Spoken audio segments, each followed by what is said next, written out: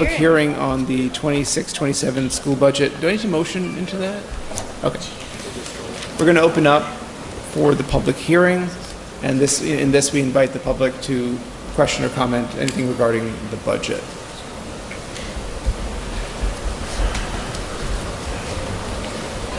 No. I would just note for anybody at home that the complete 26-27 budget book is posted in public content on board docs. Underneath the public hearing, it has all the information regarding this budget and also historical budgets and relevant facts. So I'm going to move on to calling this meeting to order for the regular meeting of the Board of Education for Hastings on Hudson, May 5th, 2026. Listed here is a student report. Our students are both busy working on APs and other projects. They're not here this evening. So we're actually going to open up this evening with the superintendent report from Dr. McCarthy.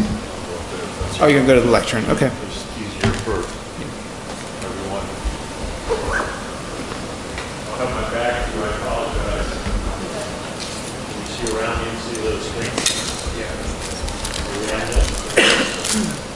Yeah. Are we on now? Yes, definitely. All right. So, superintendent's report. Tonight I will run through it. The agenda allows us time to do that. This is put together by several people for me, and again, it's a great highlight of the good news in the district. I read a recent mystery by a famous author. You can figure out who's the lead inspector. It says very clearly, and I said this a couple weeks ago, don't mistake my niceness for strength. Don't mistake my positivity for strength. I purposely stay positive. Even some of our parent leaders said, you're always positive. Yes, and I also know we have challenges.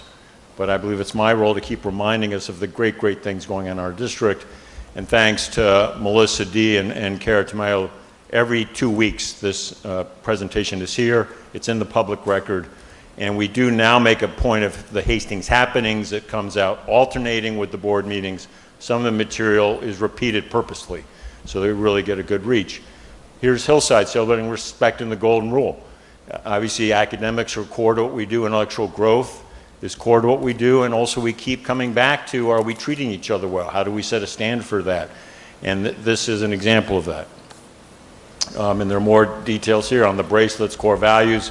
This is what this facility looks like when you pull out the bleachers, if you will, the comfortable seats.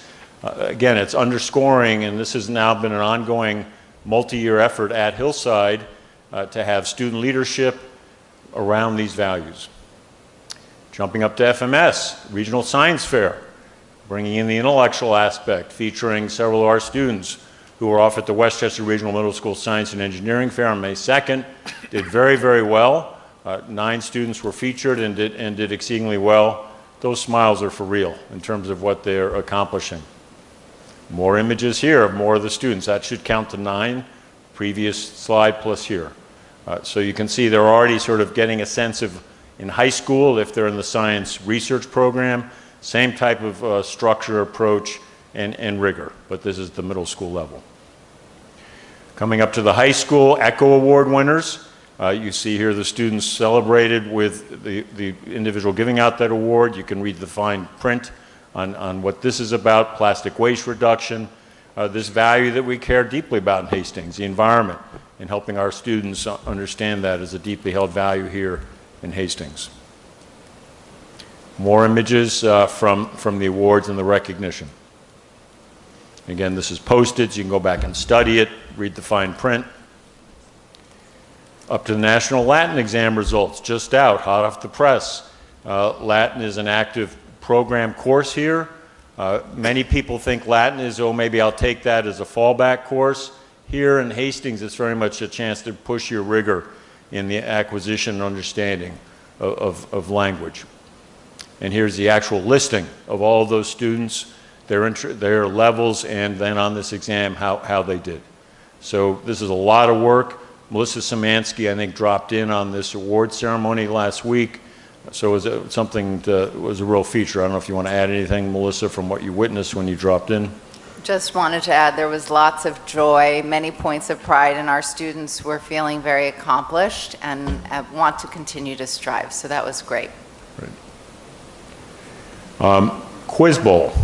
So there's been, rightly so, a lot of attention the last couple weeks to how our students did when they ventured off by chance to my hometown. But you can see here great detail, this slide and the next slide, and there is a full article that'll be in the upcoming Hastings Happenings. That'll be out next Friday. We've already, begun writing that. We'll have images of those students. But it's key that this Quiz Bowl team is on a roll. And they, several years ago, did incredibly well. Locally, regionally, they've done this year very, very well. So they went to the NAQT, Small School National Champion Tournament in Chicago, somewhere near O'Hare Airport, they told me, and had a great run. You can see that they finished the B team 21st, the A team made it up to as far as 5th, but they were nipping at the heels of some of the top high schools right along. So this is a case where, while it's the Small School National Championship, some of these small quote-unquote schools are actually larger than us. So this is very, very impressive. Here's more detail with the actual students' names, what they've done, and also the understanding from last year. A couple of the students stopped me in the lunch line last week to make sure that I knew of their success, and we are going to give them the right amount of visibility. And I think the board later tonight may talk about how later we can find ways to bring students forward who've had great accomplishments, but we want to do that in a way that's consistent. Here they are. That's a pause so you can look at the nice smiles and focus on them. Spring concert, a lot of us were there. I did feature the administrators and principals and faculty who were there. It was an incredible concert. We don't have photos. We'll have those for the upcoming Hastings Happenings. But Eric Day and John Riss did a marvelous job leading a wide range of the high school performers through everything from the band, through orchestra, through a small more string ensemble, through the chorus, and the madrigals. And then at one point blended the jazz band with the madrigals. I think that was the first I'd seen in a number of years. Again, music is strong here in Hastings. Participation is very strong, and then in each of these groups there's some incredible talent. And PTSA, for now I think 2 years running, has put together a color run. It was on Sunday. We thank the PTSA for putting that together, working very closely with the Hastings Police Department and others. Not up here, but 3 of our administrators did run: Tara Ware, Dan Waldick, and Lauren ran. So joining many others in it. This is Teacher Appreciation Week and Nurse Appreciation Week. We've been celebrating earlier this week, providing a breakfast, and also finding other ways to thank you. PTSA has also been stepping up. Today is a key day, and we want to make sure we remember Cinco de Mayo is today, and it's very meaningful to a lot of people in our village and community. Party in the Tropics, 7th graders are coming up Friday, May 8th, trying to bring some healthy interaction for our middle schoolers. Family Tinker Night, another way to build connections for our students and their families. And want to remind people that Memorial Day is a little extended, our break. It's a Monday and Tuesday we are off. And the Tuesday is that added day, given the give back situation with our inclement weather days. It's that Tuesday because if we had taken the Friday, it would have affected exam and other schedules. So it's the Tuesday. Can we also note that the calendar on the school website has been updated to reflect these days? Yep. So we've updated that calendar. Varsity Sports Banquet is coming. Again, this is posted. You can see this, and it's a chance to celebrate our athletes. And then this is a very meaningful celebration, 3-on-3 tournament, and that's fast coming for Del Carballo. Go there, be there, cheer them on. It's a lot of fun. And upcoming events, I would stress next Tuesday, the 12th. We have coordinated this with the PTSA SEPTA. It's a budget forum. We will do this one virtual to try and expand the reach. 6 to 8, we'll be getting the link out. The village is being very helpful now in helping to push out communications for us. We just think, and PTSA SEPTA took the lead in asking us to do this in a virtual way. working on a modified presentation of the budget presentations you've seen. It'll be a little leaner, and Maureen's working on that. We'll also get a little critique from some of our PTSA SEPTA leaders, and I'll make that accessible to the community and families, and there'll be a link where individuals can submit questions. That's very much designed to be interactive, not just us presenting, but us answering questions. So that's the superintendent's report for this cycle. Thank you, Dr. McCursey.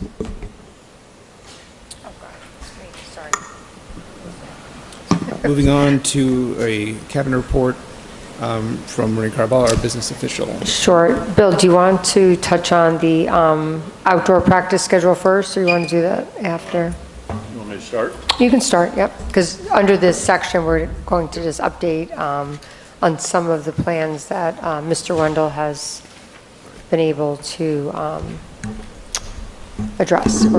So, Mr. Wendell has been working actively on this. Maureen and I have been joining in. This is now posted. If you see it, I have a hard copy if you'd like it. It's highly detailed. This isn't necessarily for something for the board to worry about the detail, but I think the importance is we are getting very detailed in this planning. You can pass it around. Again, it's posted publicly in the document. What's laid out here across 4 pages is the draft training and practice schedule for the fall for any and all the teams affected by the Burke Estate construction.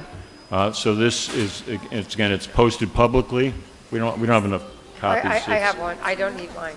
Okay, it's in the posted public document.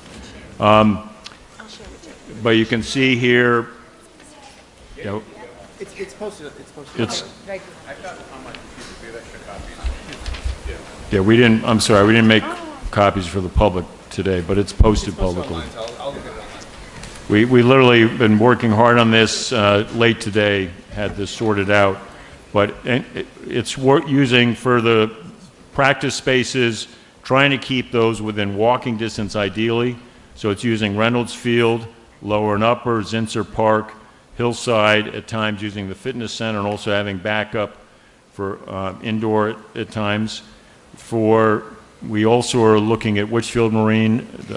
We're also looking to secure some days at Tibbetts, Brookfield. We're going to, because I think what is laid out before you, Drew has a, with the assistance of lights that we're renting, you'll see that. I don't think it made it to this agenda. On the next agenda, we have secured a company to put lights on Reynolds for the fall.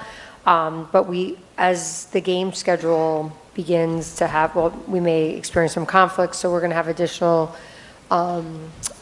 rentals at Tibbetts Brook Field, the turf field there, or the grass field, to allow for either games to be played there, or we would bus people to have their practices there. So we want to secure more space so that once we have the game schedule, then we can, also make some adjustments. But the space, of course, is the most important. Yeah, as it shows on here on the pages on number, the 3rd page in, still working on potential. We've mentioned Tibbetts with Masters School, neighboring schools, Mercy College, and Andrus. The schedules from section 1 have just come out literally the last several days, so we can't yet get fully into the scheduling mix. But again, we're confident, and Drew's working very actively on this, that by the 19th we may have some update for all of you on that. But literally the schedules are just out, so once we have to have that before we can figure out what's going to occur there. Mm-hmm. There is some understanding in working with the coaches that a higher degree of away matches and games this fall may be fine if that means it's a quality space. So we're open to that. And then, so where it might have been 7 at home, it might be 3 at home, if that allows for a quality space. Maureen mentioned the lighting. We've committed to that, so Reynolds will be fully lit and quality lighting, which will give us greater opportunity. So I hope that the board, and again, this is posted now publicly as a draft. It's subject to change as we work through this, but you can see the extensive amount of work that is underway to make this work. And again, to repeat, purposely, matches, games aren't here yet. That'll take another couple weeks. And we're definitely fully committed to having a full homecoming weekend, and that Yes. all the teams will be able to have a home game, whether day, nighttime, or, so although it may be slightly different this year, we'll still have the full complement of home games for that weekend. I have another update as it relates to the facilities bond, I saw it. just quickly. Just as the board's aware, we are actively paying attention to the range of questions that have been raised regarding Burke Estate. There are 4 pieces underway. One, it's quite natural given the questions. We are working to get legal feedback and guidance. Second, we are working actively with Field Turf to get their responses and statements as to the types of questions that have been raised. Third, with that information, we are developing an FAQ to try and bring clarity based on the range of questions we're receiving, and also the contract for the work on Burke Estate that is currently being finalized by LAN, LA Group, and Triton, and we'll have legal review. So that's 4 big steps that are underway because we are paying serious attention, giving quite serious attention to the types of questions that have been raised.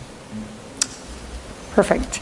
So each week, I just wanted to also provide you a budget update. Again, we obviously had the hearing tonight, and we now know what our budget is and set, but this is, again, just to provide the board an update about the volatility, which we all know the budget environment is difficult. So just wanted to present to you some current developments over the past several weeks that have reinforced how quickly conditions can shift and place pressure on both the current year and future future financial planning. Within the last month, and these are just some examples, this is not all the things that have occurred, we have received new information, experienced cost increases that exceeded our original projections for the current year, and I'm already anticipating the impact on the budget that is going to the voters this year. So just as one example of that, and again, it's a small example, but it shows you just the money, how quickly it can go. We have had one resident student that attends a charter school, and again, that's a person's right, and they could be in New York City, and our district is still required to pay for that. So we had put that in the budget for next year. This past week, we just were notified that there was another student that was in another charter school, but we didn't know that, which does not matter. We're still required, they do live here, to pay for that for both this year and next year. So again, that's just an example of very quickly, like this year it was $25,000 plus that we didn't expect. And now next year, without a budget for that line item, we have to pay that, right? So you very quickly see like any type of contingency or why we're constantly making shifts around in our spending. We're also continuing to see upward pressure on utility costs, particularly in gas and electric. These increases are trending well beyond what has been anticipated during budget development. And that's really, when I say that it's both particularly last year, what we had anticipated, we've exceeded the expenses there by quite some bit, and we're, again, seeing that trend continue. In absent of any relief, we may exceed our utility budget potentially for next year as well. In addition, ongoing discussions around, now this is on the revenue side of our budget, but we all know all the discussions around what's happening at the Fed, right? That there's a lot of pressure to lower the interest rates, and again, that's good for borrowing, but it also impacts the investment side of money, and that is one source of revenue over the last few years that has been positive for the district. So as an example, right now, considering that now I believe that may be reality, we may start seeing some cuts there that will have, it may help us when we borrow money, but it's also going to have an impact on our revenue anticipation. And I really had put that to try to balance the budget. I put it up to kind of what our current levels of funding are there. Another area, which I was quite surprised to learn this past week, and this was not only myself, but colleagues in the area, we, as you know, we do all of our purchasing primarily through technology, as do all districts with BOCES, which is a regional information center that is set up by the states to assist districts. I was meeting to finalize our installment purchase agreement and our upgrades and technology that we would be needing for next year. And they had told me that there was some ongoing discussions with Dell.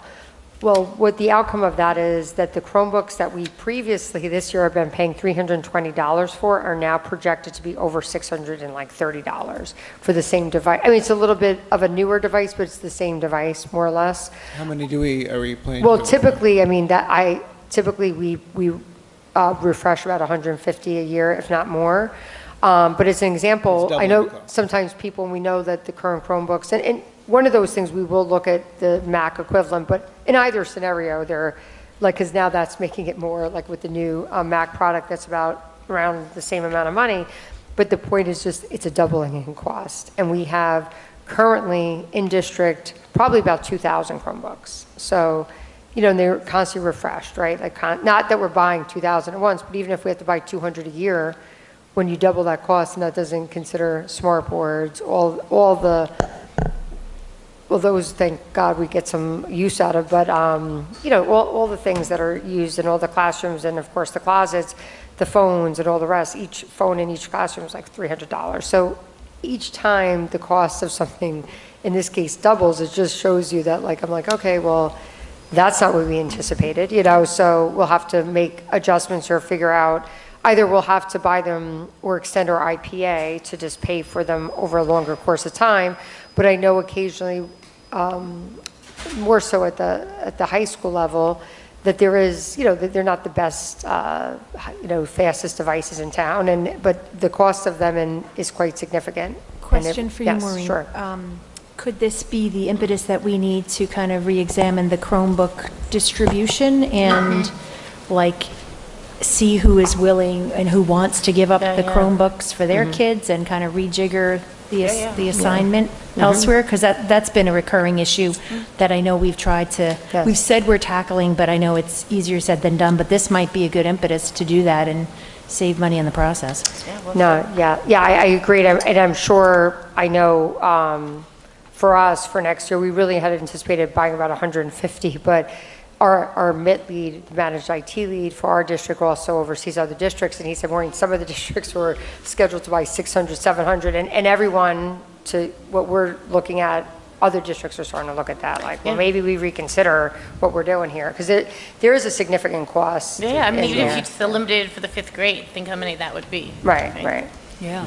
So, I mean, last week, or last meeting, you had the tech report update from Dr. Szymanski, which is all very much paying attention to the use of technology for educational purposes.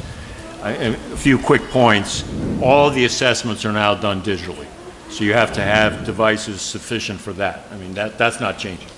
And so then it's also, we're going to be working very actively, particularly in the middle school, of how do you get to the right mix of use of devices. But having said that, you still have to have devices that are of a quality that can be used educationally. And so it's getting that right balance, but it's not getting rid of them, because not to provide devices, period, would actually become an educational problem as opposed to a solution. So we're trying to get to that right mix. Certainly, given these costs, that might accelerate some of those considerations. But I just would urge us, and we can talk more about it maybe at a different meeting, the idea, and it's growing out there, to say, pull back on technology quite substantially. Well, frankly, that, and the evidence is that would undermine a lot of the educational effort. It is getting it to the right level. So just to zero out Chromebooks, zero out things, that's not going to work. So I think it is getting, though, the right balance here, and we can talk more about that, bringing together the financial picture with the substantive, if you will, picture that Melissa Szymanski presented in the last meeting. Bill, to that point, because I think you made an excellent observation that all 3 through 8 standardized tests, the ELA math, have to be done on a computer at this point, right? So you have to prepare kids for that. So it's a challenge. But I guess, is there any pushback by superintendents, the school boards, whatnot, to the state around this, given that the state has been more open about banning cell phones and sort of reconfiguring different ideas? And I just wondered if you had heard any conversation around this. I mean, Melissa can speak to this. I think the need to use a digital, I mean, across the country now, that's the basis of these assessments, is in a digital format. The design of the tests often, I mean, Melissa, you can speak to this. Yeah. I think the key is not that we want to make sure that the devices are only up in the classrooms when they need to be. And I'm confident that's the case in the high school.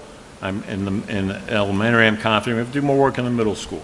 And we're very clear on that. So for example, if you go into the cafeteria now compared to last year, you almost don't see devices at all because we cracked down on that. So I think in classrooms, but it has to be the right educational mix. But there's no talk about shifting the fundamental nature of how assessments are done, because at this point, that horse left the barn so far. Trying to get that back in would be just incredibly difficult. So the conversations that have been happening regionally amongst my counterparts have really highlighted that we're all having growing pains, all districts, in terms of technology, and really thinking through how do we best leverage technology in an authentic way that elevates a task rather than creating a more passive substitution. And so there is alignment around the idea that our students are moving into a world where technology is used. And so to not prepare them for that would not be the right way to go. At the same time, making sure that there's an appropriate balance so it's used in a very purposeful way is what the conversation is really centering on. So our technology committee, I believe, is really on the right track, because that very first goal that we've designed is around ensuring that technology is being used in an authentic way, and that there is alignment, professional alignment around what that looks like and how we better do that. So we did have a technology survey that went out to the community that I spoke to last time. We're in the process of also expediting a faculty survey at the middle school, because that seems to be where the pain point is right now. And really wanting to understand, at this point, when you simply take something away that's been used, there has to be some professional work around what does the replacement look like? How do we best prepare for that? Because a lot of the resources that we have a digital component. So there's a home component to this, there's a school-based component to this, there's a philosophical component about making sure that technology is being used to elevate learning, and also making sure that we are preparing students for the world that they are entering in the best way possible. Thinking developmentally too, how much is too much at these different areas. The last piece is around the physical devices. So we had, and Maureen could speak more to this before I was in the district, we had Chromebook carts in the middle school, and then we switched to the one-to-ones. Without that, I don't know how we would have made it through COVID, right? Trying to make sure that everybody had access to learning. We are looking into what would the impact be of going back to the Chromebook carts, and we are hoping to be able to do that. And there are pieces that have to do with charging the devices, having them ready, what do we actually need the technology for. So we really did a nice job of understanding community perception, and we've got to get in fast to double down on the faculty impact in terms of instruction and how it will therefore be reaching students. We all have the same goal, and even the teachers that are sitting on the technology committee, we all have the same goal. We want technology to be used in a very elevated way, and we want people to be working with it well. And I can say anecdotally from Hastings, when I first got here, there were no instructional technology platforms that were being used on a regular basis, and then the world changed with COVID, and just like districts around us, a lot of instructional technology was brought in to make sure we could deliver education, given that so many students had to be remote, and even when we had the alternating schedule day, they had to access their learning, and doing that from one camera from afar was not helpful. So having applications to interact with helped. So now it is absolutely time to go back in. I've conducted an audit of our technology resources. So Maureen was talking about tech and how we work with Southern BOCES, and we have a roster of applications that we work with. But this year, based on inspiration from the technology committee and also thinking about where we are as a district, I personally went through each one and had conversations with every building.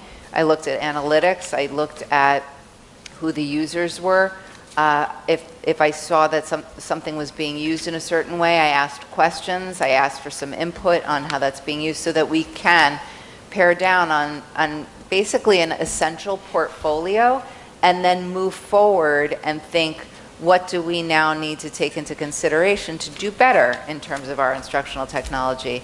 And some of it will be faster and some of it will have to be slower. So we're establishing a K-12 mathematics committee. That is already in motion. It's in my administrative comments for this evening. If the committee is taking on, if the decision is to take on a new instructional resource in the area of mathematics or new instructional resources and making sure that that's done in a very deep and purposeful way, that needs to happen before we pull the plug on something. So we might be able to make slight adaptations on how certain areas of instruction are being delivered, but we have to be very thoughtful through our curriculum review cycle about, if not this, then what? Because we want to make sure that people are not filling the gaps by making non-coherent decisions, and this room picks this and this room picks that. So we are, I love the expression moving at the speed of trust, but we're also expediting because technology is a hot topic and it really is a very big issue to make sure that we're elevating learning and not just creating substitutions or passive experiences for kids. Let me just say something that should be really helpful, be really simple. Lena Canova is dealing with this in her current district. She already is on it with us. I would say over the next couple of years, this will be one of her priorities in the middle school. We sat with Dan and Lauren this past week, given we're in transition there, but be assured, Lena's coming in with the same kind of issues in their village up there that she's been facing, much bigger high school. Today, 200 members of the Tri-State Consortium met. The topic was AI, and the topic was technology and how to make sure we deal with that productively, educationally. So this is going to be one of our big priorities. But I just, we see the dollars. It's always been a dollar issue, but we got to make sure the content work is correct. So I'd urge the board to keep on this with us, make it a constant topic. 100%. I agree with you guys. Yeah, I don't think prohibition is. I mean, certainly it's a cost issue, right? In addition to now being an instructional issue and overall kind of student well-being issue, et cetera. But yeah, I mean, I think respectfully, I think all of us pushing each other to see what we can do over the course of the next couple of years. Certainly excited with Lena coming in and seeing what differences we can make in the middle school. But this is, besides the athletic fields, the number one issue that parents are speaking to me about right now is the use of the Chromebooks, specifically the use of the Chromebooks in middle school. So I don't think we would be bringing it up so often. I mean, I know it's spoken about nationally and certainly in the region, but I don't think we'd be talking about it if this wasn't such an issue at the top of it. Really, most of the parents' minds that we're talking to. So I understand the challenges, right? Speed at the, what is it you say? Speed of trust. 11. Right, and so I think that seeing these incremental changes and even being able to bring it up every meeting and seeing what are we doing, even if it's little things, yeah, I think is going to make a big difference, right? Big swings are great. I don't think they're possible for this kind of thing, and I recognize that we're going to have to probably do a lot. So I'm just looking forward to hearing those incremental changes and updates and improvements, weaning ourselves off technology in small steps. Yeah. So the top three I can give you tonight was that audit of going through the instructional resources. We've been able to identify ways that students were able to get around certain firewalls to access gaming and working on that. So we have some very clear strategic moves that are happening, which I will not speak to publicly because we're going to lock it down. And then the other thing is around, and the survey, that was the third thing. So the faculty survey of the middle school, and that's already been developed, and we're working with Dan and Lauren around when to best send that out to the faculty, and that will happen this year. Could I ask one adjacent question? Sorry. I'm just curious about the charter schools. Are they going to the same charter school or different charter schools? Different charter schools. All in New York City or in Yonkers? Yeah, both in the city now. We've had Yonkers also. Interesting. I- Has there been any kind of like exit interview with them to see why they're choosing to go charter? I have heard from the registrar what they expressed to them about why they're leaving. Could the board see some of those Given the results? small numbers, we probably don't want to comment on that, but it's No, a good no. question. No, but as a board, just, I mean, Yeah. that's part of There the- were students that were actually enrolled in our schools where we also could receive someone who's already attending a charter school, which Right, we've right. also had.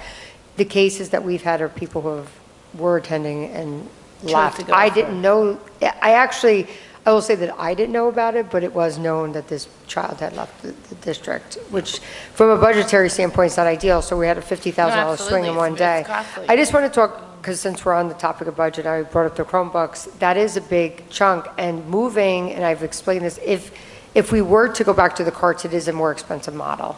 Because instead of, you need more Chromebooks when you have carts, because every classroom needs to have a cart, where if you can kind of imagine, like not every classroom's used it every time, it actually increases the amount of Chromebooks you need.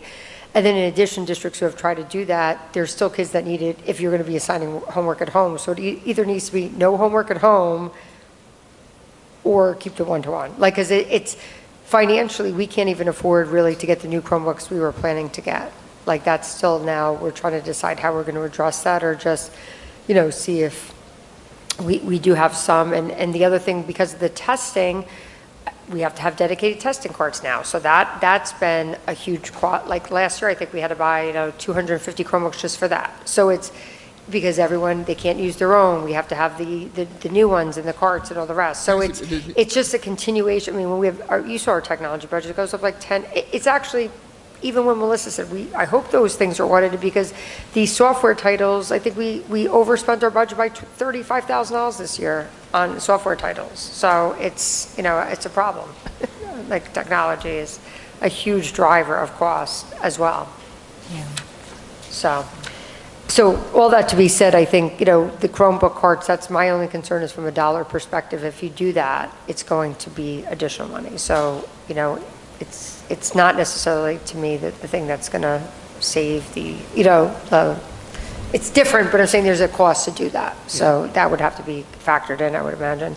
I also just want to continue with the other large concern with myself and many of my colleagues is that there's a lot of discussion right now, and we think it may actually happen, which I'd be surprised, but it's leaning toward that way that the governor is really very open and entertaining the changes to the pension system. So basically all the pension modifications that went in the last couple years to 5 and 6. And I say that understanding the impact to the people that are in those tiers. So I respect that. And I'm not in one of those tiers, so I understand that it's significantly less. The thing is, what we're paying right now is reflective of those changes. Had those changes not, we would have to pay a higher contribution. The state makes the change. They pay for their own employees, but they're not paying for everybody else's employees. Just as an example, I mean, even currently this year for the ERS, our rate on people's salary, we had to pay like 18% in. And on the teachers, it was like 9%. But again, it's significant. I mean, just to give you a sense, the police and fire, even with those new tiers, on salaries, they pay 33% this year on people's salary to the state. So it's like, you just imagine like your company, whatever your salary is, paying an additional 33%, and that's full contribution. There's a lot of talk that this is potentially going to happen. And if it were to happen, that's a significant increase. I mean, I don't even know what it would look like, Let's just also say, the Tier 6 reform was specifically put in to be a budgetary reform by Cuomo. Oh, 100%. Everybody wanted it. Yeah. Everybody advocated for it. And now it's going seemingly, no one agrees with that anymore. I mean, there was a Tier 5 and a Tier 6 put in place, right? So, we're also being told, I mean, I'm not the actuary, that we are seeing that those are now, because even in our district, we have many people that are in that we know what our members are, right? We have a lot of people that are in Tier 5 and 6, and our contribution level, as you know, this year is still what it is, right? And, I say that because these are external things, and there seems to be a big concern around them, but there's also this sense that it may potentially, she's speaking that she's advocating to do it, and she's the one has the largest voice in that. So if there were to be a change in that is, right off the top, the pension benefits are going to jump up significantly. So again, beyond even what we're dealing with here. And then again, these are just a very few examples of some pressures we're currently facing. And in a tax cap environment, the budget remains highly sensitive to fluctuations in expenditures and revenues. As we've previously reported, neighboring districts are pursuing budget overrides. We know 3 within a couple miles of us that are doing it this year. Many have reduced staff or leaving positions unfilled to manage similar challenges. I think Dobbs may be down, FTEs close to 20. We're adding. So just to give you like some context, they're not replacing. Down 20 FTEs? Well, they're not replacing a lot of people, like what we've tried to do when people retire, don't replace the position, right? So it's not just laying off people. I think they had 8, and then they were also reducing. So again, it's quite notable. We have a budget survey. I think we were one of the few districts that were growing positions this year. And we've actually I was at the town of Greenberg today, and somebody came out to me and said, "How are you adding positions to your district?" And it's a much wealthier district than Hastings is. So I say that not to say we don't need it, because you need what you need, right? It's just to give a context to why I keep saying this budget is, that anything when they're, this is a great, we shouldn't be doing some of the things we're already doing, but let alone if these are the priorities, then other things then either will have to be considered against that in the future, or else we'll have to just consider doing an override. And again, as we know, the reliance on reserves will need to be carefully evaluated as we begin planning the next fiscal year, because just everyone is facing utility, transportation costs are out of control. We're all facing down the electric buses, which, just based upon, again, this is another thing, I'm sure it's a very good idea, but, what they're projecting the cost of that could be, significantly higher, because we don't have our own buses. The private bus companies are not going, even if they get some grants and all the rest from NYSERDA and the different programs, which the federal incentives are not there anymore for those type of jobs. The infrastructure alone, forget about buying the bus. And I believe the bus, Ardsley, who does our busing, I think the actual electric bus is 2.5 times the cost of a current gas bus. So as that's, that initiative is still there to be put in statewide, and that has to be paid for by somebody, so these are just things in terms of as we look at the future, and there doesn't seem to be any pullback of that. There's been a push out, but not a pullback of that mandate. And some districts have started adding them to the fleets, but then again, it's a significant cost. Maureen, can I ask you a question Sure. about that? I know, Bill, when you and I were at that legislative session last fall, I know that was a hot topic that we had discussed with Ms. Stewart-Cousins. Is that something that we could potentially, with other districts, I know that there were a lot of districts that were affected by the cost of electric busing, but is that something that we could continue to, do we think that's ever going to get rolled back, or do we think that's going to be? I mean, the implementation has been pushed back. There's very strong advocacy coming out of the Lower Hudson Council from the superintendent's side. Lou Wall's the leader of our group at this point.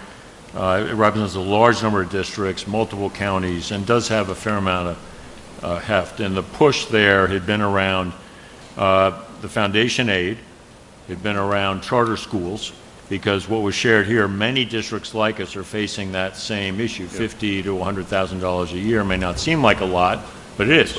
And so we're not alone in that. The electric buses has been a concern, because even though we are through a collaborative, that, if it comes in, would still be an issue. It's the infrastructure that's really the gigantic challenge there. Sure. But these are all things that we are advocating about. And I think from the school board side, it's also important for your associations to advocate on some of these particular issues. I would compliment Lou Wall and Lower Hudson Council, because they were laser-like in 4 particular areas this last year, and I think that'll likely continue. And I'll keep the board posted, and through you, then the public learns what we're advocating on. Yeah. But we wanted, I think, just to give you some key reminders of the stresses, the challenges. Very good budget. It's great it was adopted. We need this budget. And also, it's a very, very tight budget. And as Maureen has said, if anyone thinks this is a Hastings-only issue, it is not. There are at least 3 very wealthy districts having to go above the cap. There are 4 others who aren't going above the cap, but they're doing that by not filling open positions or making other cuts or working with reserves the way we are. So there's this building pressure that all the superintendents are talking about. So. And just to clarify, Maureen, the Yep. FTE, the 6, those are really focused on special education, Correct. right? Yep. So it's also like we're investing in our students in Of that course, way, yep. which I think is important to like. No, and of course, clarify. I think, we do say that obviously we wouldn't have recommended if we don't think it's the right investment. And each school is different, but that being said, I just, in the context of where I'm sure some other schools, they made some difficult decisions, I think because the cost pressures of things that are out of our control, right? Like, health insurance, just in terms of like the cost, and that's every industry is dealing with that. Cost of general insurance has gone up significantly.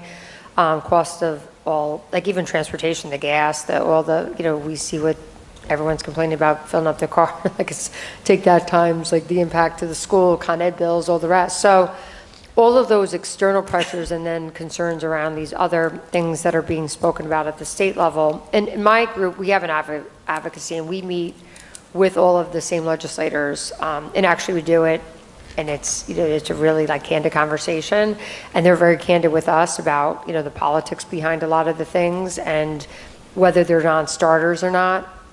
I think they're probably a little bit even more candid with like just the business people, with not like other folks in the room, because there are things that are either when it's the governor or different initiatives, those are things that typically.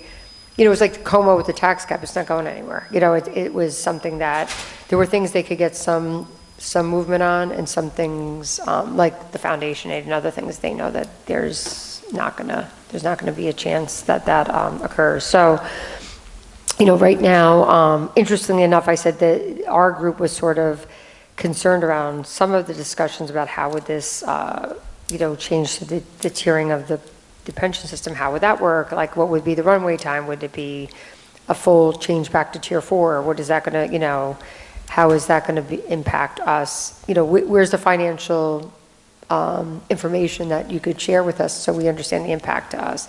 And much of that, unless it goes up a significant amount, and meaning like that's not even tax cap exempt, as nor are health insurance increases. Those are things we're trying to move the formula, but there's an unwillingness to do that, which I think is, crazy. And then even today we met with the assessor and we're asking them for why can't we understand more how that growth information is done by the state. And even the assessor, we give one number to the state on assessment growth. They have another like calculation that, I say all that to say, even for long-term financial planning, even things that have no dollar amount we ask for to help us understand and plan and and even sometimes those things it's interesting enough, sometimes those are even hard to get that feedback. So that's, just wanted to be not a downer, but this is just the reality. And, we're in a very expensive time. Final thing I'd like to say on this, I want to pick up on Catherine's point. We brought you a budget, you reviewed it very, very carefully and closely. The staffing growth in this budget is exactly right, exactly needed. And I think it's the compliment to the business office, Maureen, working with all of you, that we're able to have those resources to do that. And other districts, equally well managed, I'd argue, but I don't want anyone to think, oh, we're adding staff. No, without thought. It's exactly needed. If those staff weren't provided, we would probably have greater expenses because we're not meeting the particular needs of students, given they're driven by, especially within the special ed. And a great district is great with special ed and it's great with general ed. And that's what we need to do. So I just want to kind of underscore that message.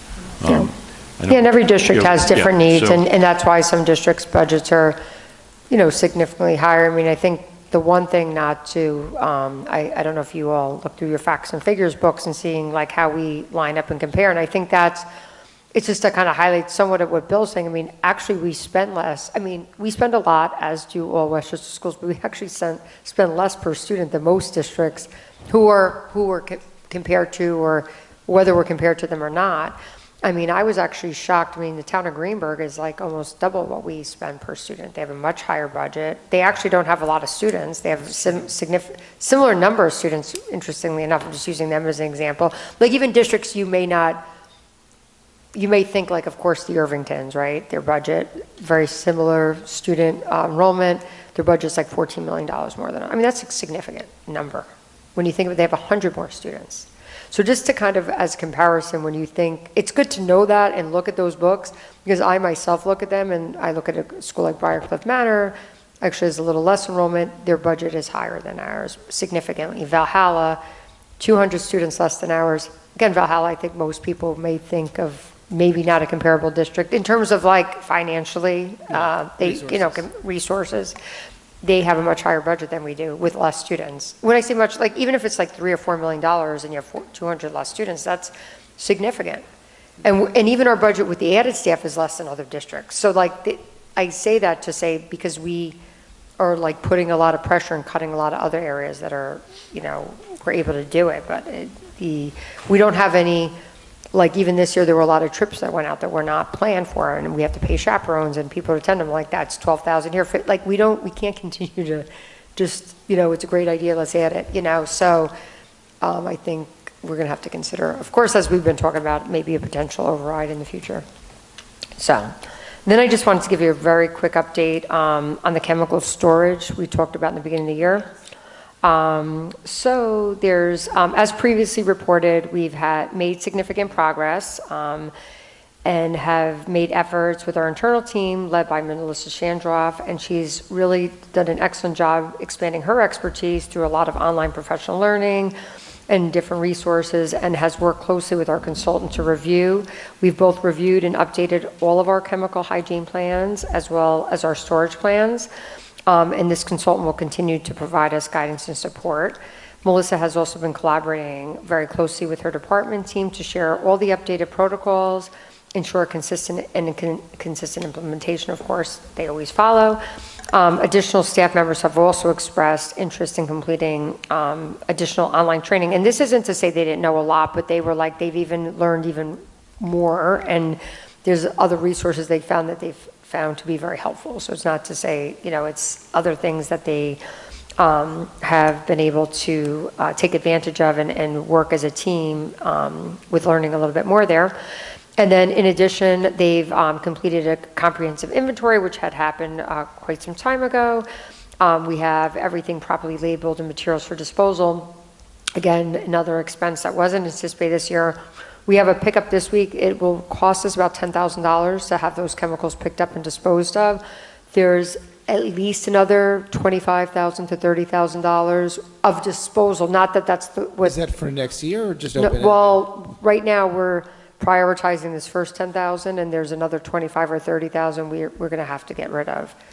And that's not even, that's like we still have a lot left, right? That's, how much, and because some of them, that's just the cost. It's not that they're worth that much, but that's what it is to dispose of them.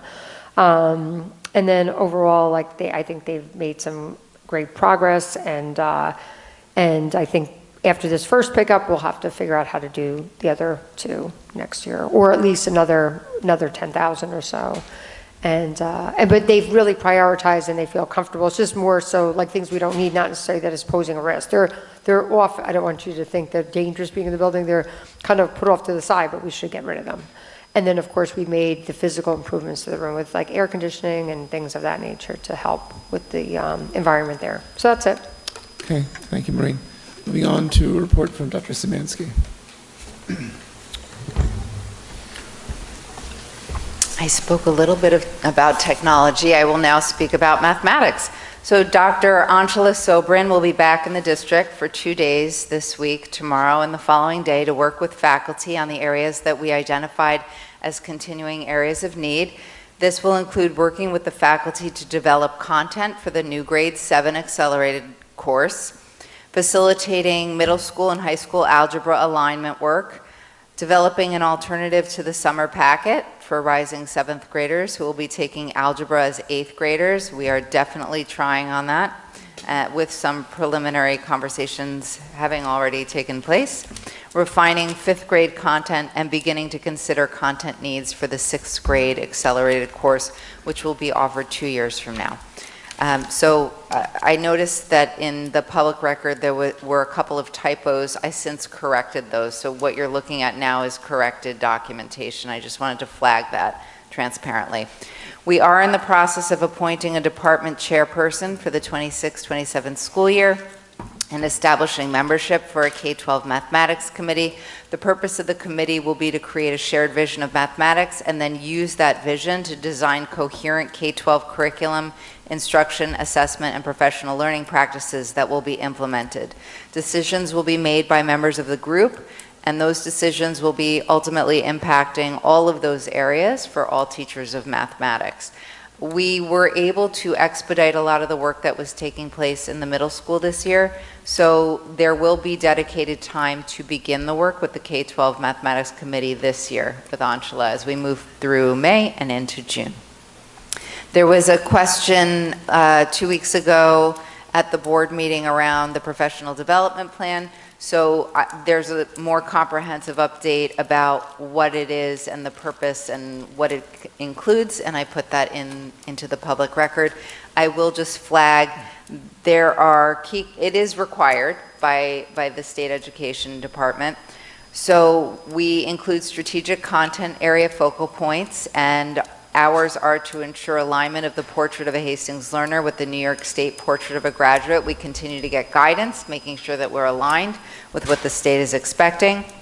And then you'll also see other things that fall with that as the umbrella, which is to actively implement our curriculum review cycle, so that picks up all of the content priority areas of focus, special education work that will continue to be ongoing, and then enhancing culturally responsive, sustaining education pedagogies. And we do have that new position that's coming into play as part of all of that. There are compliance focal points that do need to be in the professional development plan, and those include provisions for mentoring, CTLE hours, continuing teacher and leader education hours. All professional certificate holders have to complete state mandated hours every 5 years. And so we outline some more detail around that. And school violence prevention and intervention, how do we make sure that we are providing training in safe non-violent schools? So that is also incorporated into the plan. So there's a little bit more detail in board docs, and that is my update for this evening. Thank you. Melissa. I appreciate that. Any questions or comments for Maureen or Dr. Szymanski? Sorry, my voice is, it's pollen's got me like. Thank you very much. Moving on, we're going to open up for public comment. I believe our district clerk has a list. I just asked everybody. I'm sorry? Oh, nobody signed up. Okay, well, we're open for public comment. You can sign up. Nobody speak?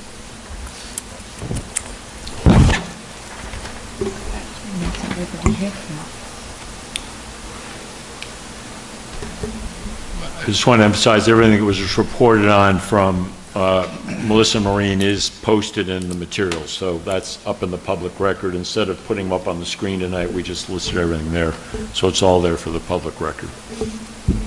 Welcome. I just asked you to observe the 3-minute rule. Thank you. There's no rush to start. Don't worry. Yeah. I think the mic's off. I had to switch it on there. How we doing? Okay. So I feel bad that kids won't share. Can you just state your name? Oh yeah, John Kornfeld, 487 Summit Drive. I feel bad that kids won't share the same privilege that every prior generation of Hastings athletes had, to play home games on a safe field. Plastics are doing irreversible harm, and the evidence only intensifies. PFOAs are a key driver in decreasing fertility health. Microplastics never go away. When we get a chance to vote again, it will already be too late for the generation that's had to play on the turf field. Let's remember, it is the state, not the parents, that prevent kids from buying harmful carcinogens like cigarettes. The government made an executive decision on that. These laws are less than 100 years old, and along the way, the tobacco lobby has at times succeeded in lowering the age so that people can buy smokes. It took activists fighting them every step of the way to have it raised to 18 nationally, and just a few years ago up to 21. Now some communities are going beyond and banning it for everybody born after 2009 in order to create a smoke-free generation. I think we can mostly agree that these are positive measures to have firm laws safeguarding America's kids. Now the government is about to take that extreme measure again, banning the construction of new turf fields. So why are they doing this? Because the science is clear, just like cigarettes being bad for kids. And yet, parents, school administrators, the contractors, the oil executives, they all keep demanding new turf fields, despite the hard evidence of health warnings. So as we've seen before, the government is the last line of defense looking out for young lungs. When no one else will step up, when scientists' warnings fall on deaf ears, well, just as big tobacco was defeated, so too will big plastic. This crisis is only just ringing alarm bells after 70 years of unrestricted growth. We all know there's a plastic crisis. But not only are we failing to act, we decided to actively make it worse, to contribute to it.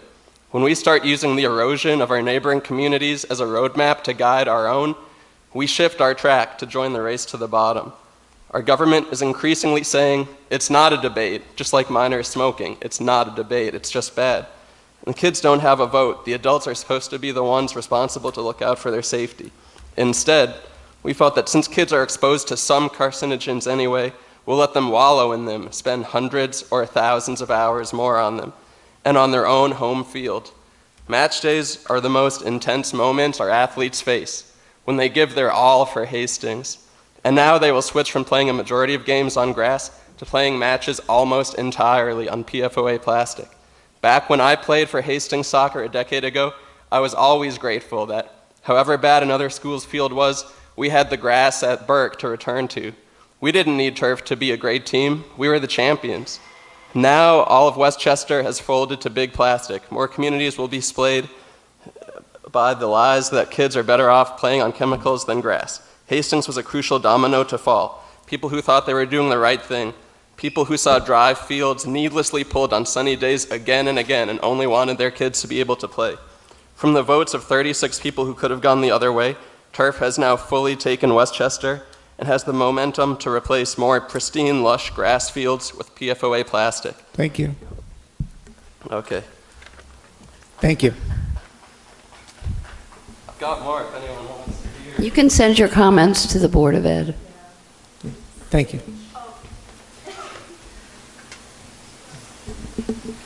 Hey, good evening. Just grab them. You can take the mic out of the stand if it's easier. Should I say my name? Yeah, it's helpful. Yeah, just state your name. Okay, so I'm Sage Sorry, Rositsky. can you, Say that. yeah, you got to keep I'm Hold the mic Sage up. Rositsky, And I'm Grace Chalker. and so both of us play on the Hastings girls varsity soccer team, and we just want to say thank you first for the effort in trying to revamp our fields with the turf. And we'd like to reiterate how important we think it is that we do get the fields, as we experienced firsthand the weather cancellations and the rain delay, and we're showing up to our opponents' games on their fields extremely underprepared and disorganized and at a very bad advantage. And so the sports, it's really great that if we could get turf fields. And yeah. I also think that already, like, many of us play on club teams and we're using turf like 4 or 5 times a week. So even if like we do get these turf fields, it's not really adding like that much of an impact to the turf that we already experience. And if we continue to practice on grass fields, our programs will fall behind, and that's furthering the irrelevance of Hastings sports. So in order to really continue to try to achieve more excellence, turf fields are essential for that. Yeah, that's all. Thank you. Thank you. Thank you. Anyone else? No? Okay, thank you. Moving on to business items. Are there any questions regarding the business items 1 through 7?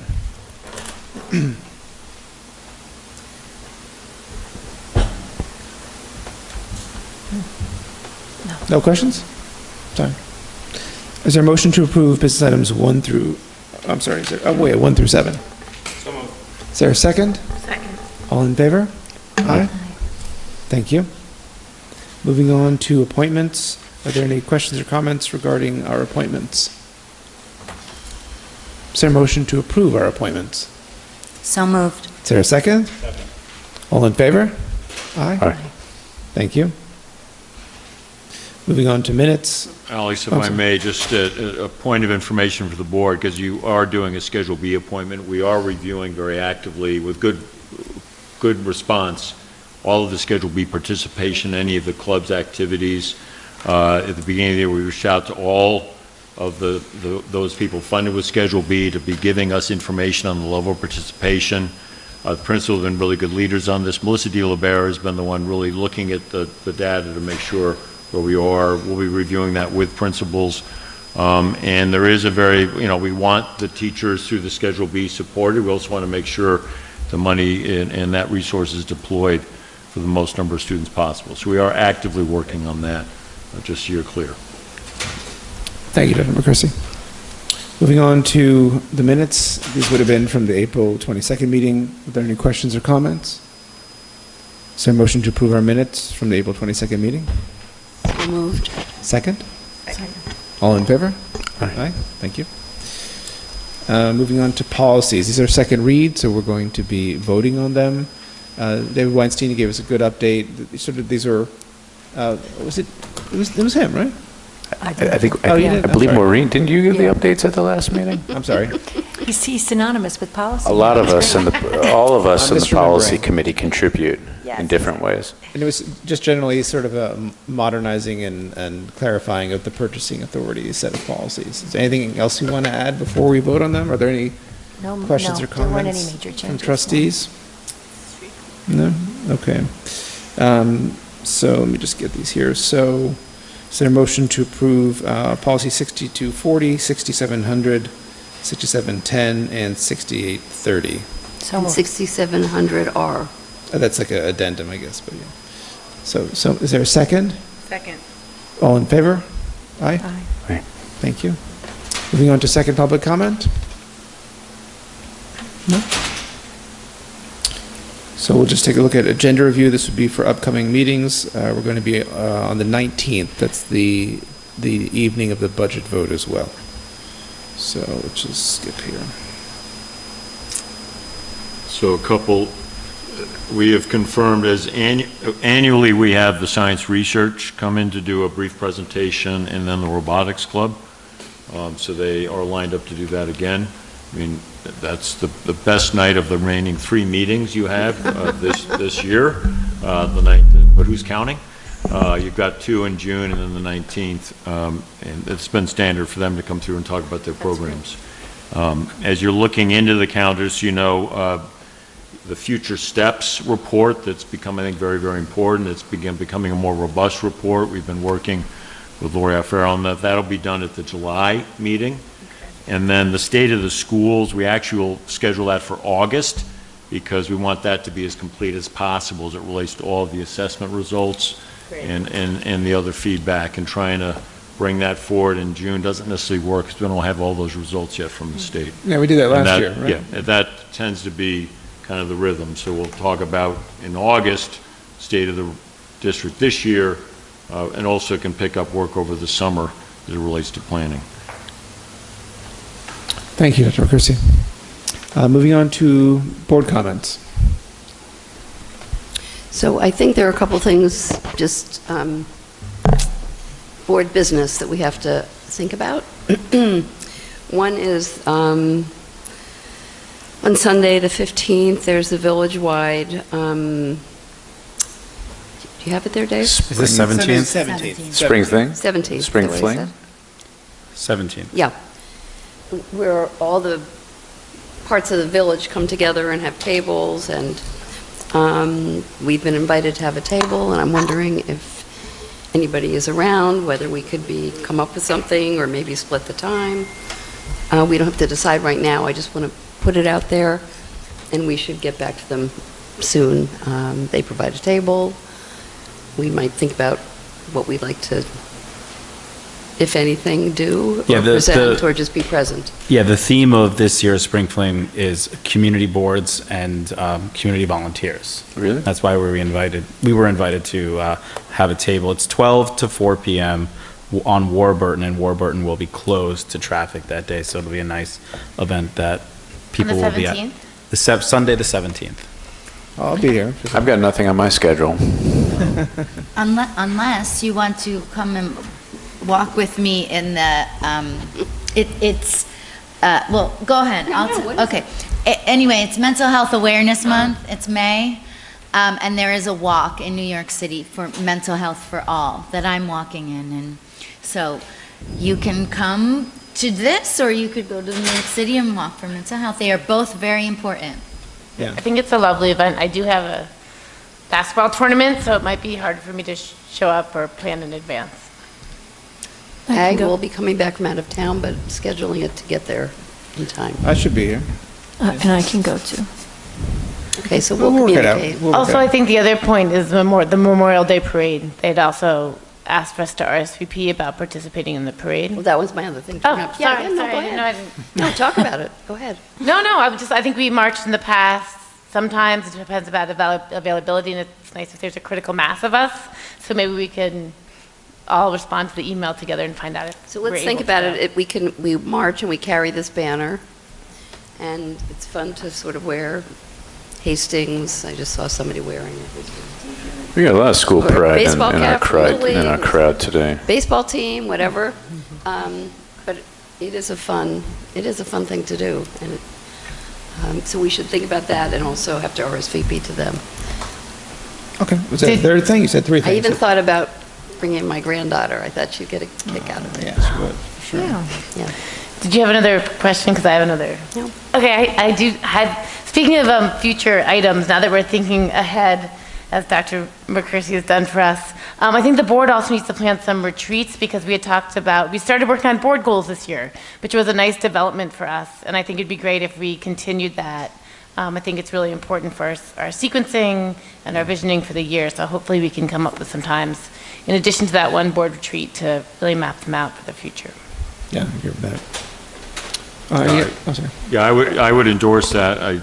We're going to have a quick early meeting in the summer for those administrators around to kind of frame what the summer work is, getting that suggestion from one of our new arriving senior administrators, and then the leadership team will have a very robust retreat in August, and trying to have that dovetail with you would be great in the sense of separate sessions, but we end up in the same place. Plus, as you know, I've made the commitment, and this is me facilitating it, not some outsider, to us fine-tune our strategic directions and plan.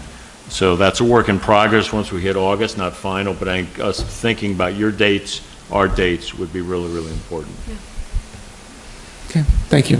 Thank you both. I just wanted to, I think the last meeting where we presented the budget fully and voted on it, right, was a longer one, and kind of took our attention to different things. So I just wanted to thank Maureen for her very hard work on the budget in a very difficult year. I think this year we kind of get everything, and you have put us on notice that this is the last year that will be happening. So we are going to have some really hard decisions next year for a host of reasons that you articulated. But I just wanted to thank you and your team for all the work that went into it. It wasn't an easy task. Yeah, certainly. Certainly. Not to be a bummer with all my. No, I know. It's Keeping just it what real. everyone, it's, just, I think even people personally are feeling it, right? So it's just what we're experiencing at the school level. Yeah, it's true. Well, if we're going to go around, I also wanted to comment on Melissa Sklansky's work around math, because I've been thinking about that since the last meeting, actually. And I was really sad when, after public comment, people left, because you had a really fantastic update last session, 2 weeks ago, around math improvements in our district, and they were really monumental. So I'm sorry that it didn't get as much press or attention as some other things received, but I talked to a lot of families that are really grateful for the progress and change that's going on. Yeah, certainly. Yeah, and people are feeling it. It's really great. Thank you, Catherine. Anyone else? No? I do want to go back to Mental Health Awareness Month. It's May. Principal Clayman at the high school was awarded a HEF grant to bring in a mental health awareness program for next year. No? Well, it's still in question. It's not, they're reviewing the grants. Oh, never mind. Priority. I hope it gets, He applied. oh, he applied. Yes, he applied. Okay, sorry. He applied. I'm grateful he applied because it would be wonderful if we could continue to build on our mental health offerings at the school level in all different ways. And so I'm grateful he applied. Thank you for correcting me. And I hope in coming years we will make a big deal about this month through our counseling departments and all kinds of, every department in every way. Our new assistant superintendent. Just to thank Well, you. on the heels of that, I'd like to say, and about the HEF grants, I just want to congratulate HEF on their gala last Friday. Several board members and one superintendent were present and dancing up a storm. It was really impressive. I wasn't able to go last year, and I think also the year before. I wasn't in town, but I was just so impressed with the whole, everything that they put together. It was really so well done and a phenomenal space, I thought. There's just such a good feeling, and even the food that was, the amount of food that was there, I think most of it donated from local businesses. It just spoke volumes, and it was such a nice breath of fresh air, really. And even some old board members were there, which was lovely. But it was just a really, I think it's just a fun time for people who attended. I agree with you, Jody. I was just going to add, if anybody, because I didn't, but if anybody happened to film or capture Dr. McCursey's performance dance, I don't know what we're calling it, Bill. I would love if you would send that to the Board of Education. Our emails are posted online on the school website.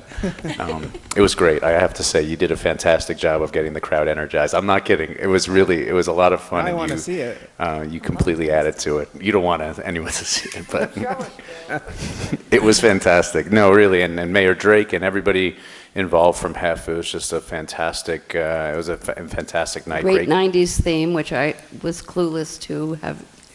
That was part of it, but it was great.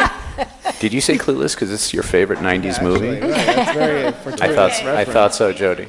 This is board comments, and despite what was there, and the professor in my right, remember that grew up, one of the greatest book written about education is a book called Common Ground. And I sent a thank you note to HEF that the board saw, and I said, you fostered common ground.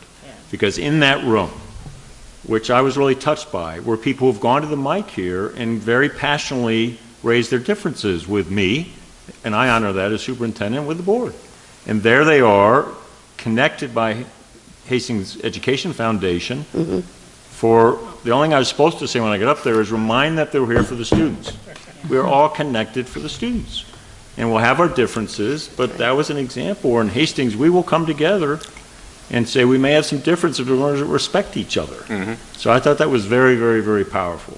I will go each year, I really want to thank that because final comment, not to get too technical, but philanthropy can be about money, but it's first and foremost about building connections, and that's what they were doing and have been doing. So much appreciated. That's lovely. I'm glad everybody called that out. Definitely deserves it. So thank you. Anyone else? I just have a question. Is there anything that the board or the district want to share with the community regarding all of the questions around the turf field? Is it just to stay tuned for an FAQ, or stay tuned for news from us, or Stay tuned for legal. I can. That's a great question. Four things. I mean, all of us, and not to put you on the spot. No, it's all right. I mean, we're taking very seriously all of the questions when raised. I mean, there was a vote, and it was passed. Legally, there cannot be a revote. Because once you go down that path, there could be any element in a large public process that you can't revoke, but it's taking very seriously all of the questions. And then, so first is getting legal understanding, because there have been legal questions raised, so we're working on that. Second, and I'm staying to my script because it matters, second is reaching out to the field turf company to say, what can you say? So we're working on that. Third is an FAQ will matter, and we want it in plain, simple language that honors kind of the range of questions, so we're working on that. But I think it's key what we get here legally and then what we hear from field turf, as well as our construction manager, LAN, LA Group, which we're working on. And then you vote on the bid, you then will come to vote on the contract. In a lot of districts, they put those together. Once you voted on the bid, then you've authorized your board president, your superintendent business official to sort out those details. Hastings has had more of a 1-2 on that, and that's what we're doing here. So the contract is up for review by all of those technical parties, LAN, LA Group, Triton, and then legal, and that's that fourth step. But that's the order, but to keep moving. And the plan is still to proceed with the necessary Burke Estate renovations starting in early June, because if we don't, we're really into a very difficult spot for our students and then that larger vote that occur. But we want to be bringing answers and guidance so you as a board can fully make your decisions, if that's helpful. Thank you. Okay. Anyone else? No? Is there a motion to adjourn our meeting? So moved. Second. All in favor? Aye. Thank Aye. you.